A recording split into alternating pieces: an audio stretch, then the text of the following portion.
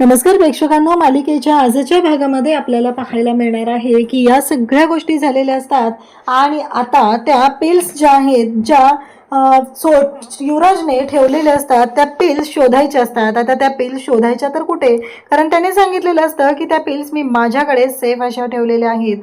आता त्या पिल्स शोधणं खूप गरजेचं आहे हे लक्षात आल्यानंतर आता तारिणी आणि केदार दोघंही त्या पिल्स शोधण्यासाठी सगळ्या घरभर शोधतात, पण नंतर त्यांना त्या पिल्स सापडतात त्या इकडे युवराजच्या रूममध्ये.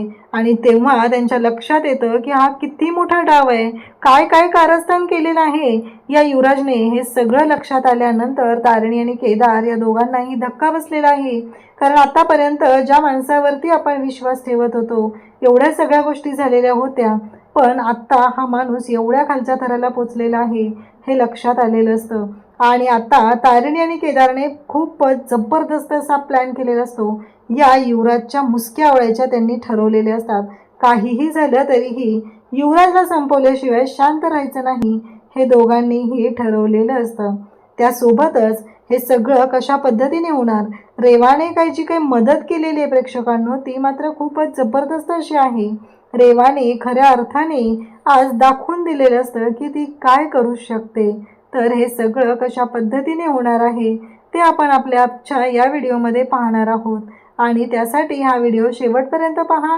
त्याचबरोबर चॅनलवरती नवीन असाल तर चॅनलला नक्की सबस्क्राईब करा. इकडे रेवाने आता ड्रग्ज दिलेले असतात, म्हणजे अगदी त्यांना नार्कोटेक्ससाठी जे द्यावे लागतात, जे प्रमाण असतं अगदी योग्य प्रमाणामध्ये ते ड्रग्ज दिलेले असतात. आणि दाखवून दिलेलं असतं की हा जो युवराज खांडेकर आहे तो किती मूर्ख आहे ते. मग रेवाने ते ड्रग्ज त्याला दिलेले आहे. तो बोलायला सुरुवात करतो, त्याची नार्को टेस्ट चालू झालेली असते, म्हणजे तो शुद्धीत असतो, पण तो कोणाशी बोलतोय, काय बोलतोय या कोणत्याच गोष्टीची जाणीव त्याला नसते आणि तो बोलत असतो.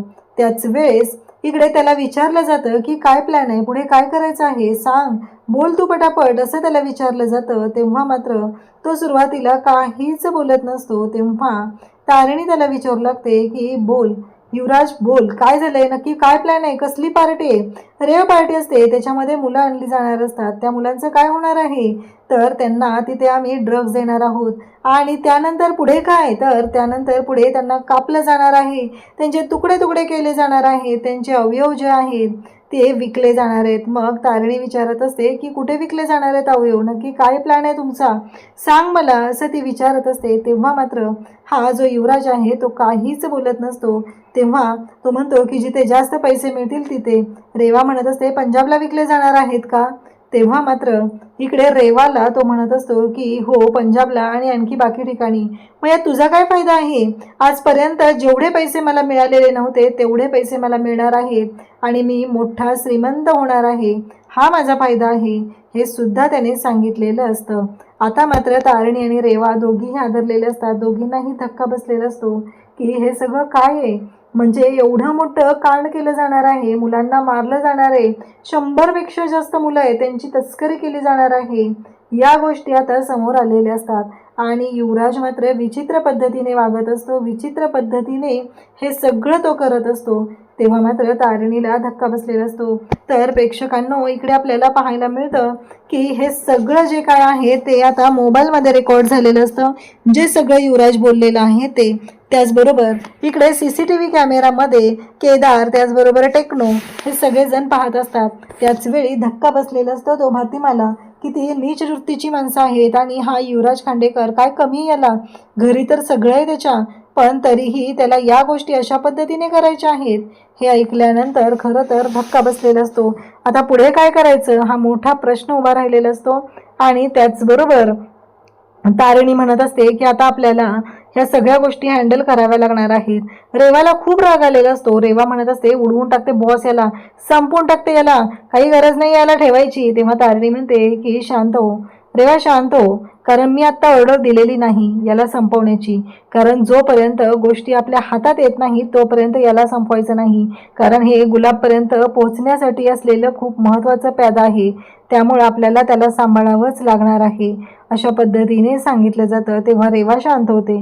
आता इकडे तोपर्यंत कत्रीला ते 3 गुंड आहेत जे रेवा आणि युवराजवर लक्ष ठेवायला पाठवलेले असतात गुलाबने, त्या गुंडांना एका गाडीत घालून नेलेलं असतं. तारिणी तिथे येते आणि मग तारिणीला पाहून ते घाबरलेले असतात. तेव्हा ती म्हणते, कळलं का, special police officer Tarini, team Tarini असं म्हणत तिनं आलेली असते. तेव्हा ते म्हणत असतात की माफ करा. तेव्हा तारिणी म्हणते, आता काय करणार, तुम्ही जाऊन तुमच्या गुलाबला सांगणार ना की इथं काय घडलं ते, बरोबर आहे ना, असाच प्लॅन आहे ना तुमचा पुढचा, बरोबर आहे की नाही, बोला, अशाच पद्धतीने वागणार आहात ना तुम्ही, असं सांगितलं जातं. आणि त्याचबरोबर इकडे आपल्याला पाहायला मिळतं की तारिणी हे सगळं तिथं विचारत असते. तेव्हा ती म्हणते, ठीक आहे, जा पळा, सांगा काय सांगायचंय ते. वसुला बेलसरेची लेक वाघीण आलेली आहे, एवढंच सांगायचं आहे. आणि असं म्हणत तारिणीने तिची ओळख आज पहिल्यांदा सगळ्यांच्या समोर सांगितलेली असते आणि त्यांना पळून जायला सांगितलेलं असतं आणि ते पळत असतात. आणि त्या क्षणी तारिणीने आता रिव्हॉल्वर काढलेली असते आणि एन्काउंटर सुरू केलेले असतात. तारिणीने त्यांना गोळ्या झाडलेल्या असतात. आणि इकडे त्याचबरोबर कत्री आणि कमांडर हे सगळं पाहत असतात. त्यांना तर धक्का बसलेलाच असतो, कारण बॉस काय करतायत, कारण तारिणी म्हणत असते, खरंच जबरदस्त. त्याचवेळी तारिणीने मजेमध्ये कत्रीच्या डोक्याला सुद्धा बंदूक लावलेली असते. इकडे रेवाचं काम सुरू झालेलं असतं, जोरदार अशी रेवाची कामगिरी सुरू आहे. रेवा मात्र म्हणत असते की नाही, काहीही झालं तरीही मला या गोष्टी व्यवस्थितच कराव्या लागणार आहेत, कारण या युवराजला आता शंका यायला नको. फातिमा तिकडून विचारत असते की काय करणार आहे आता पुढे बॉस. तेव्हा रेवाने लिपस्टिक काढलेली असते आणि कत्री म्हणत असतो, बॉस काय चाललंय नक्की रेवाचं, असं विचारत असतो. केडी सर विचारत असतो, सांगा ना काय चाललंय त्यांचं नक्की, काय करतात रेवा मॅडम, असं म्हणत तो विचारत असतो. खरं तर तो रेवावर एवढा इम्प्रेस झालेला असतो, रेवाचं जे काही कामकाज आहे ते पाहून त्याला खूपच भारी वाटलेलं असतं. आणि अशा पद्धतीने सगळ्या गोष्टी सुरू झालेल्या असतात. त्याचवेळी इकडे पाहायला मिळतं ते म्हणजेच काहीही झालं तरीही आता रेवा ह्या सगळ्या गोष्टी बोलत असते. आणि रेवा म्हणते की कसं आहे माहिती आहे का, संशय यायला नको आहे ना, काही असलं तरीही या सगळ्या गोष्टी नीटच झाल्या पाहिजेत. आणि कसं आहे माहिती आहे का, युवराज बेबी शोना सगळं व्यवस्थितच होणार आहे. आणि त्याचबरोबर आता मात्र सगळ्यांच्या लक्षात आलेलं असतं आणि रेवाने लिपस्टिकचा एक डाग त्याच्या गालावरती, म्हणजे जणू काय त्याचा किस घेतलेला आहे असं त्याला फील व्हावं, असं लिपस्टिकचं तिथं करून ठेवलेलं असतं. तेव्हा मात्र केडीने इकडे टेक्नोचे डोळे सुद्धा झाकलेले असतात. त्यासोबतच आता कमांडर आणि ते एक जण राहिलेला असतो, तो माघार येतो, मॅडम मला वाचवा, मला सोडा, मी नाही सांगणार आहे काय. तेव्हा तारिणी म्हणते की तुला काय वाटलं, म्हणजे आता तू फोन लावायचा आणि तिकडे काय कळवायचं आहे. तेव्हा फोन लावला जातो, मग त्या माणसाला फोन लावला जातो आणि तिकडे फोन करून सांगायला सांगितलेलं जातं की तिथे जाऊन एकच गोष्ट सांगायची आहे, ती म्हणजेच काहीही झालं तरीही आत्ता युवराजचं जे काही चाललेलं आहे ते ओके आहे, त्यामध्ये काहीच प्रॉब्लेम नाही आहे. आणि त्याच्याबरोबर जी मुलगी आहे तिच्याबरोबर तो टाईमपास करतोय, या व्यतिरिक्त काही सांगायचं नाही, कारण ती टीम तारिणीची ऑफिसर आहे, एवढं लक्षात ठेवायचं आहे. आता मात्र गोष्टी अशा पद्धतीने घडत असतात. आणि मग आता तारिणीने तर वाटच लावलेली असते. तारिणीने त्याला पळून जायला सांगितलेलं असतं आणि त्या क्षणी त्याला ठोकलेला असतो. म्हणजेच प्रेक्षकांनो तुमच्या लक्षात आलेलं असेल, तारिणी इकडे कमांडर आणि त्याचबरोबर कत्रीला म्हणत असते की आपली ओळख जर जगासमोर आली तर आपल्याला काय करावं लागणार आहे, एक तर गोळी त्याला लागेल किंवा आपल्याला लागेल. आपल्याला आपली ओळख कोणासमोरही येऊ द्यायची नाही. जर आपली ओळख एखाद्या व्यक्तीसमोर आली तर तो व्यक्ती संपलेला असणार आहे किंवा आपण स्वतः. इकडे मात्र आता गुलाबचा जो माणूस आहे, ज्याला ते ऑर्गन ट्रान्सप्लांट करायचे आहेत, त्याच्या मनात भीती निर्माण झालेली असते. तो म्हणत असतो, होईल ना, नाही तू त्या खांडेकरला पाठवलेलं आहे पण सगळं नीट होईल ना, काही प्रॉब्लेम तर येणार नाही आहे ना, असं म्हटलं जातं. तेव्हा गुलाब म्हणत असतो, नाही ते कामाचं आहे, कारण तो कसं माहिती आहे का, श्रीमंत घरचा लाडला आहे ना, त्याच्यामुळं त्याचे असले खेळ चालू असतात, यामध्ये आपण लक्ष घालायची गरज नाही आहे, असं सांगितलं जातं.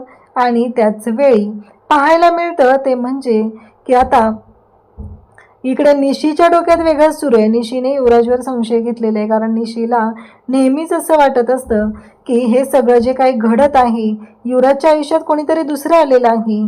जेव्हापासून रेवा आलेली आहे तेव्हा निशी मात्र थोडीशी डिस्टर्ब झालेली असते.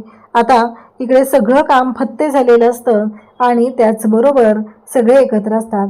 आणि तेवढ्यातच तारिणीला आजीचा फोन येतो. उद्या 11वी पुण्यतिथी आहे आपल्या वसुदाची. तेव्हा निशी इकडे तारिणी म्हणत असते की बरोबर आहे, त्यावेळेसच मला तिने सांगितलं होतं, कारण काहीही असलं तरीही तिने मला सांगितलेलं होतं की मी येईल, तुला घेऊन जाईल फिरायला. पण बघितलं का हे सगळं काय झालेलं आहे, असं म्हणत आता दोघेही बोलत असतात.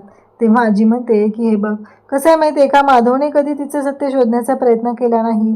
आणि तू हिच्या रेखाच्या बाबतीत तर बघायलाच नको, कारण रेखाने ज्या गोष्टी केलेल्या आहेत त्या तुला माहितीच आहेत. आत्तापर्यंत रेखाने कधीच तिच्या घरातलं नावही ठेवलेलं नाही आहे, सगळ्या आठवणी पुसून टाकलेल्या आहेत. आता इकडे घरी सगळेजण आलेले असतात, अजून युवराज का आलेला नाही आहे म्हणून काळजी करत असतात. निशी म्हणत असते की आहे ना, युवराज रूममध्ये झोपलाय. आता तारिणी आणि केदारचं पुढचं मिशन असतं ते म्हणजे त्याने आणलेल्या ज्या पिल्स आहेत त्या कुठं ठेवलेत त्या शोधायच्या असतात. जोपर्यंत पिल्स शोधल्या जाणार नाही तोपर्यंत गोष्टी तेवढ्या सोप्या होणार नाहीत, हे तारिणीच्या सुद्धा लक्षात आलेलं असतं. आणि मग त्या पिल्स एकदा मिळाल्या आणि त्याचा बंदोबस्त आपण करू शकलो तर आपण सगळी लढाई जिंकल्याच जमाही, हे तारिणीच्या लक्षात आलेलं असतं. आता मात्र सगळेजण युवराजला बोलवत असतात. तेव्हा निशी म्हणते की मी बोलवून आणते. आता निशी युवराजला बोलवायला जाते, पण नेमकं केदार ऑलरेडी तिथे त्या रूममध्ये तिथं आलेला आहे. आता तारिणीला काळजी वाटू लागते की केदार सापडला तर जाणार नाही ना, खूप अवघड होईल, असं तारिणीच्या डोक्यात सुरू झालेलं असतं. तेवढ्यातच केदार रूममध्ये तिथं आहे आणि फायनली त्याला त्या गोळ्या सापडलेल्या आहेत, ज्या गोळ्या त्यांनी त्या लोकांना देण्यासाठी युवराजनं आणलेल्या आहेत, त्या मुलांना, आणि त्यांना बेशुद्ध पाडायचं आहे. हे सगळं चालू झालेलं असतं. आणि त्यासोबतच आता फायनली त्या गोळ्या सापडलेल्या असतात. पण इकडे कौशिकी स्वतः युवराजला बोलवायला आलेली असते, कौशिकीसोबत निशी, आणि आता तारिणी मागून येते. आणि तेव्हा मात्र तारिणीला धक्का बसतो, कारण इकडे केदारने खूप छान पद्धतीने सगळ्या गोष्टी हँडल केलेल्या आहेत. अशाच अपडेटसाठी चॅनलशी कनेक्ट राहा. थँक्यू.